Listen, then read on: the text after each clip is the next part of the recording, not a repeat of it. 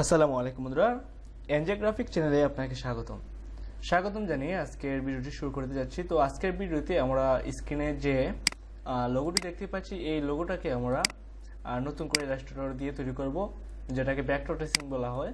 তো আমরা প্রথমে দেখে নিই যে আসলে আমরা কেন এই লোগোটাকে তৈরি করব।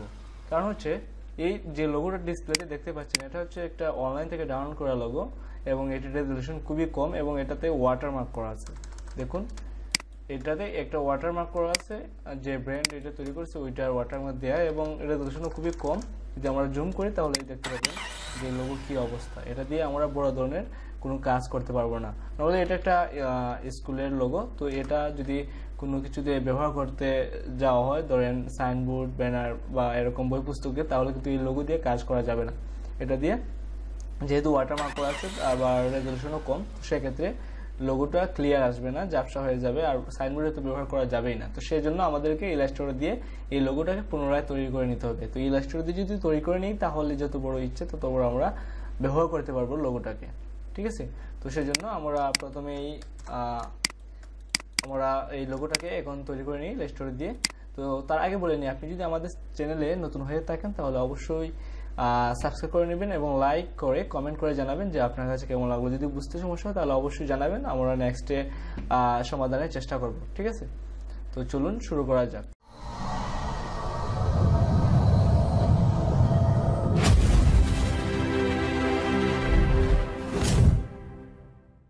প্রথমে আমরা দেখে নিই লোগোটার দিকে। প্রথমে আমরা যদি ভালোভাবে খেয়াল করি তাহলে দেখতে পারবো যে এখানের মধ্যে এই যে মধ্যখানে যে এটা প্রদীপের মধ্যে একটা চিহ্ন আছে, এইটা ছাড়া বাকিগুলো এই অর্ধেক থেকে এই অর্ধেক সেম এবং এই অর্ধেক থেকে এই অর্ধেক সেম। তো সেক্ষেত্রে আমরা এখানে একটা কাজ করতে পারি যে আমরা এখান থেকে এই অর্ধেক আমরা আগে তৈরি করে নেব, তারপরে সেম এই অর্ধেককে আবার অন্যদিকে নিয়ে নিলেই হয়ে যাবে, অর্থাৎ টোটালিটা আমাদের কাজ না করলেও চলবে। তো এটা আমরা প্রথমে ফলো করে নিতে পারি, ঠিক আছে।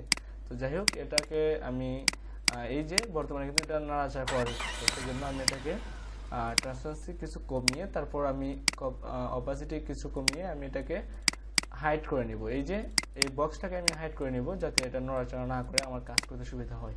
তাহলে এই জন্য আমি কিবোর্ড থেকে Ctrl+2 মারবো। দেখুন এখন আর এই বক্সটা আসবে না এবং এটা নড়বে না, চড়বে না, ঠিক আছে। এটা আমার যে ব্যাকগ্রাউন্ড আছে ওইটার সাথে অ্যাডজাস্ট হয়ে গেছে উইন্ডোর সাথে। ওকে, তো এখন আমি পেন টুল নিয়ে ওইটার কাজটা করব। প্রথমে আমরা অর্ধেক কাজ করব। দেখুন, এখানে সময় বাঁচানোর জন্য আমি ভিডিওটা একটু টেনে দিচ্ছি, নতুবা অনেক সময় নিয়ে নেবে ভিডিও তৈরিতে। এটা জুম দিয়ে কাজ করবেন তাহলে বেটার হবে, ক্লিয়ার ভাবে কাজ করতে পারবেন।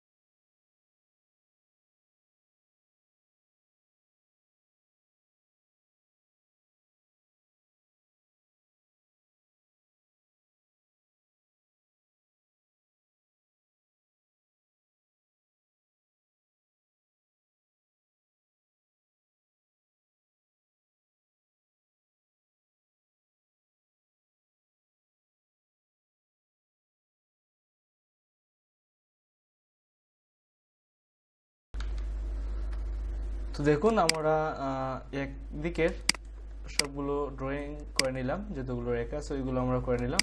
উপরটা তার উপরটা আলাদা করে নিতে হবে। তো এখন আমরা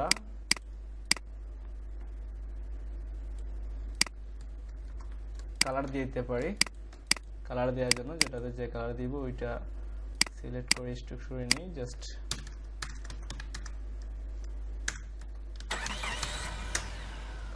দিয়ে দেব সবগুলো।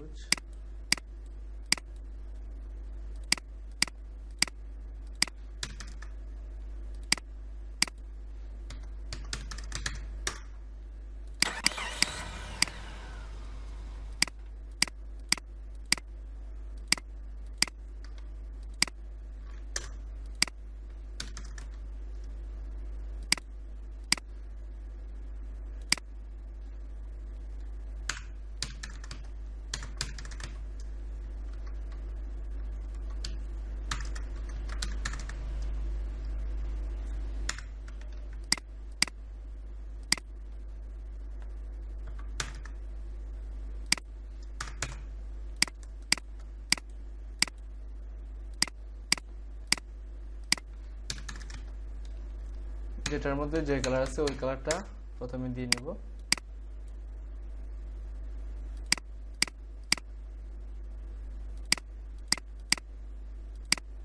ওকে, তো এখন আমরা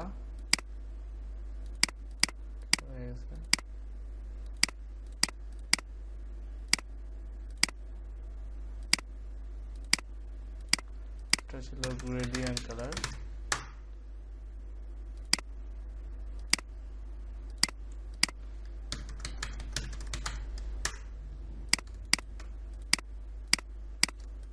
ওকে, এখন আমরা যেটা করব যে এদিকে যতগুলো কাজ শেষ হয়ে গেছে ওইগুলোকে ওইগুলো সিলেক্ট করে নিব ভালোভাবে। দেখুন ওইটা প্রত্যেকটা আলাদাভাবে সিলেক্ট করে নিয়ে দেখুন সবগুলো কিন্তু আমি সিলেক্ট করে নিলাম যেগুলো কাজ করলাম। এখন আমরা কি করব, এটাকে কপি করে নিব। যেটা আছে সেম ভাবে কপি করতে হলে আমাদেরকে যেটা করতে হবে, যদি আমরা ইন্টারে ক্লিক করে তারপর সব 0 0 0 0 দিয়ে এখানে কপি করে নিলাম, অর্থাৎ সেম জায়গায় কপি হয়ে গেছে। এখন জাস্ট রাইট বাটন ক্লিক করে এখানে ট্রান্সফরমার যাব, তারপর এখান থেকে গিয়ে রিফ্লেক্টে যাব। রিফ্লেক্টে যাওয়ার পর এখানে যা কিছু আছে সব ঠিক থাকবে, ভার্টিক্যালের 90 ডিগ্রি থাকবে। জাস্ট এখানে ওকেতে ক্লিক করব। দেখুন এটা কিন্তু উল্টে গেছে। তো এখন আমরা এটাকে জাস্ট সরিয়ে এইদিকে নিয়ে এখানে বসিয়ে দেব, ঠিক আছে। এটাকে একটু জুম দিয়ে তারপর ভালোভাবে দেখে তারপর এটাকে আমরা বসিয়ে দেব। যদি এখানে সমস্যা হয়ে থাকে তাহলে এটাকে ঠিক করে নেই, একটু সমস্যা হয়েছে মেবি।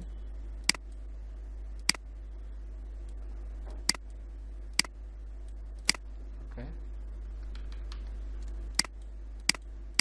তো এই হয়ে গেল আমাদের সেম টু সেম যেটা আমরা চাচ্ছিলাম।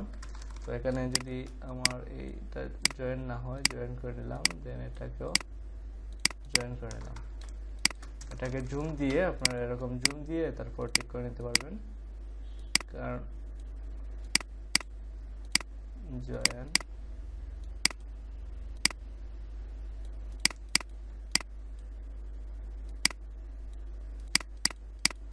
ওকে, মোটামুটি শেষ। এখন জাস্ট আমাদেরকে উপরে কাজটা করতে হবে, এই যে এটার কাজটা আমাদেরকে করতে হবে। সেম ভাবে পেন টুল নিয়ে এখান থেকে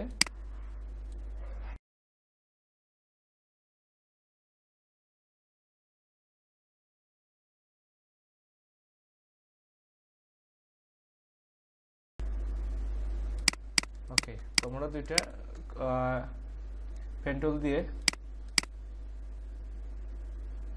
কাজ করে নিলাম। তো এখন জাস্ট কালার দিতে হবে, পাথ করা হয়ে গেছে। তো কালার দেওয়ার জন্য গ্রেডিয়েন্টই হবে এটা। এটা হচ্ছে আপনার মেবি হ্যাঁ অরেঞ্জ কালার এবং হলুদ এবং অরেঞ্জ কালার। তো সেই জন্য এখানে অরেঞ্জ এবং হলুদটাই সিলেক্ট করতে হবে।